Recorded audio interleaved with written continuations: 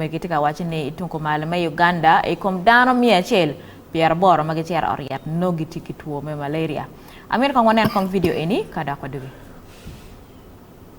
Lu loch me chope el sen tatu matie i chope village atiaba Paris bungatira sub county kono gitika go dur bot luak magiberu kunu ni mergo kwany karigi machako lwenye kum tuo malaria pian tuo meno ayediyo gi loyo duchu e kar melim mo machok ma wan luo timo i odiat meno kono unoni tuo makoni dio tuo magibini odiat kenyo madit loyo duchu ena ye tuo malaria. Sophie Akelo matingat madoro odiat mechope el center tu nyoni in charge kono wajni polkar dan magibino kenyu no gibino ngi peko me tuo malaria. Joma bino ki malaria kada lu tuo bino mia chela ibi no koni dawe ya bo mo tipo malaria mana mi chara la bo yes so joni ana way mi no to cho ya malaria buda kare tete kana malaria kana kwa Linda Lakot Matila tichi odiat meno kono konti outpatient department kon mogoni adada pol choj magicho no aduke ne nyurni jumagu bino tuo malaria no enetika yellow game Kanye it depends kaya tie we receive more than we expect but then nowadays stop me as well we have one party let me say anti-malaria so we have few patients but the cases of malaria at least in about that time. Akelo kono mati in church kono wachigi me kwanyo yo me konyo peko meno kono gishako miyo fony en bolo tuo magibino we kukere tich jemi duch magitiyo igang mageno tuo malaria ma ikin ga ye Dwe Apar ikin mukene mapol ata mi am kini an wen wala ko kilo tuo I outpatient department kan ka go community lock ni malaria biro mo kita mi ro wagen mo malaria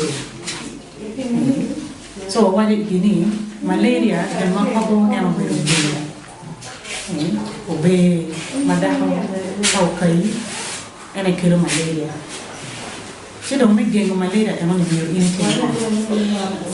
ma chiel ke jana umire I fu te ngan be malaria me gengo noa ko be ko ma jogu pi mire yep ni ka tie o tiano yana cha pa mire lo wan ma to wen we ko be ko do ni mat kidong kama malaria do mari e kidong ma adeke miro iburete net mosquito net ya kana malaria tie mire no konne ya chon odiat en mogoni dan marom 100 magibino adiat meno duchu pole duchu no tuo malaria yo diogi makalwa ko a malaka lwenye kum tuo malaria ki pajo tuo men be bedo gin mano karangech pilok angea I wan luo TV David Magere I Gulu district.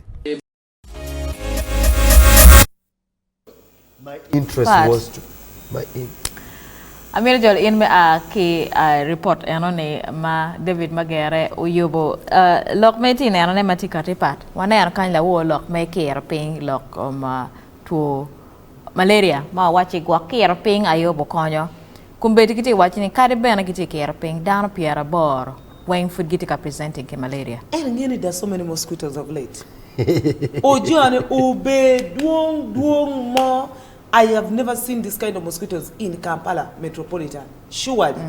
So I think because Kordugu, Mario, Nenchalo Bene, Gene, Dano Bene, Cape, like for instance, in my area I stay, Loom Bene Pedung to 12. So you're asking yourself, where are these mosquitoes coming from? But generally, I think the medical workers are spot on. Need to work spraying. But the moment for it then you have a lot of bushes around, you don't clear those bushes. Then landlords landlords magigero odi mapeka ki ventilators meshed wires magikero kum ventilators enemy because I don't know, like for instance if you go to hotels mapol gipeka mosquito net Pebe na spraying maybe 2 or 3 in a I don't know one out any wenki umo You understand? And most of the landlords, because most Ugandans are renting, most of the landlords get origi mabet twal, but the mesh wires make care ikom ventilators and no pere. So where lock pa malaria petwer to nikom dar are there.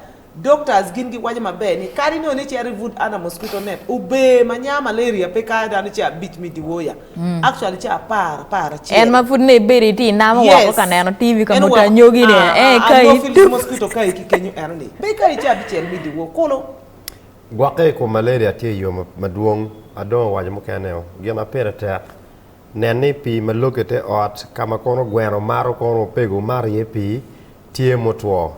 That is one. Two, gamento po net, o loko neto me mako ngwen, o loko neto me umuwi art, o loko neto me char ka mako ka kuwichoron, mako kirech, you're abusing. Maybe what? You're Maybe you're quite like a weedy. You're abusing the use of the mosquito net. Me a death, me a gete. Net, like we look at net ka voreye, etera ilo komani. Kumiramo ilo. No keramo tiako pagane kamalero marini to no konyi benepe. So let's avoid things mogoma pigi pitego monero ngo aperte. Ben mokumi yot inogi mo ken. Era ko late, that's already a problem. I mean you well come down yele my wine again give for a mosquito net. Net en ka mini po mier de cher ke dong at once. Kaki mini net mier ke cher mo kong for 24 hours chieng you just fresh air. Mier ko gon ko gena erni. Because chemical and the manero mosquito net and the chemical and attack to one. So you know the down mapol get allergic to them. But because Ugandan speaking area, kakimio net come nedo ki make part yerma keraka group ya logolum no chair gang. Ni ando no dong net. No mierke mo net kong. Yeah. The dine. Kajo penge maleda fuchi to manero down madongo 12 pe Uganda ke kani we lobo babena change futek at the dining. So uket net over net. Bena kirap sara waj kene no tong lumati inget gang